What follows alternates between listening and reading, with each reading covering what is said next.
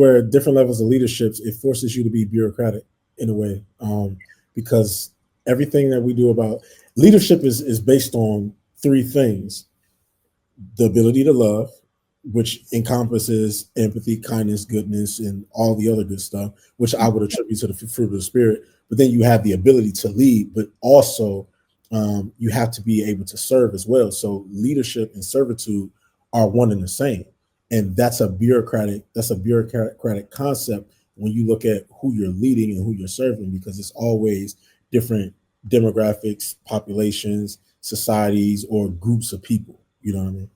Yeah, yeah, absolutely. So let's take that into a little different realm, because Mhm. you've got it broken down into three things.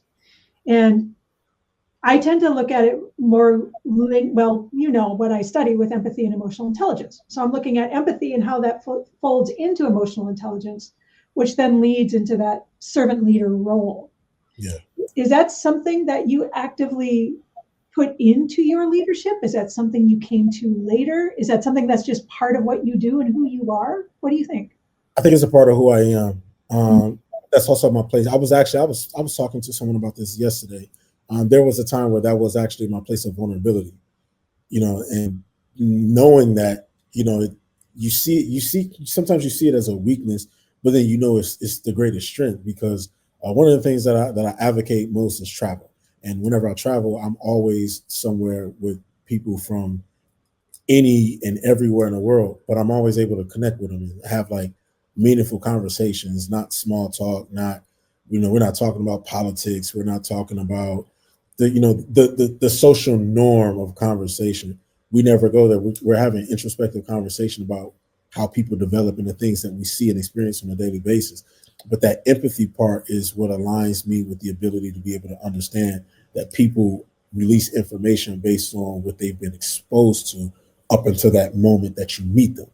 So that's having that being a part of me. If someone knows that, because you can be, you know, you can have a dual capability of being empathetic, but also not being comprehensive to why empathy in that moment is important, and then it becomes a detriment to the experience. Yeah. So it's for me, it's more a part of who I am, because I have a heart and an eye to look at who people truly are, not what I want to see when I look at them or when they speak.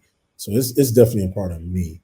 I like it, but sometimes it's like, I'm not being stern enough in this situation.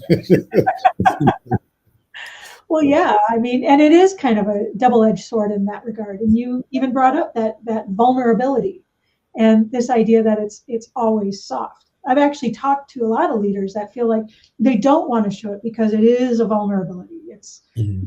they're afraid of not appearing strong. They're afraid of allowing that little bit of softness to come out.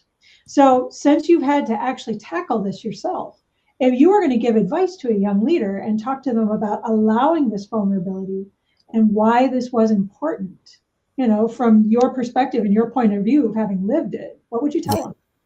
uh, Self identity. You have to spend the time to get to know who you truly are on the inside. And the reason why I say that is because throughout that process, psychologically, we're trained and conditioned to think and believe things to be one way, and we subscribe to or accept that understanding, and we mask ourselves in it. So if you're an upcoming leader, the first thing you want to do, and I would always suggest this, having gone through the experience of not knowing or completely knowing myself for some time in my own life, if you know who you truly are, then you know when empathy or how it should be incorporated in your style of leadership. You know when it's applicable and when it's not. One of the things that I think leaders fail at is feeling as though we have to be dogmatic, we have to be dictatorial, or like we have to be like, oh, it has to be this, I'm the leader, I'm the, like, no, dude, you're not. Like, relax.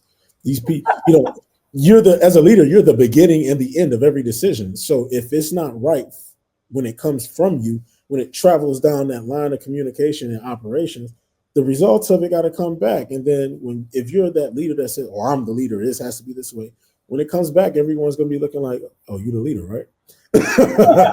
So, where, what went wrong? What made you believe that this was a good idea or a good path or direction for us to go in?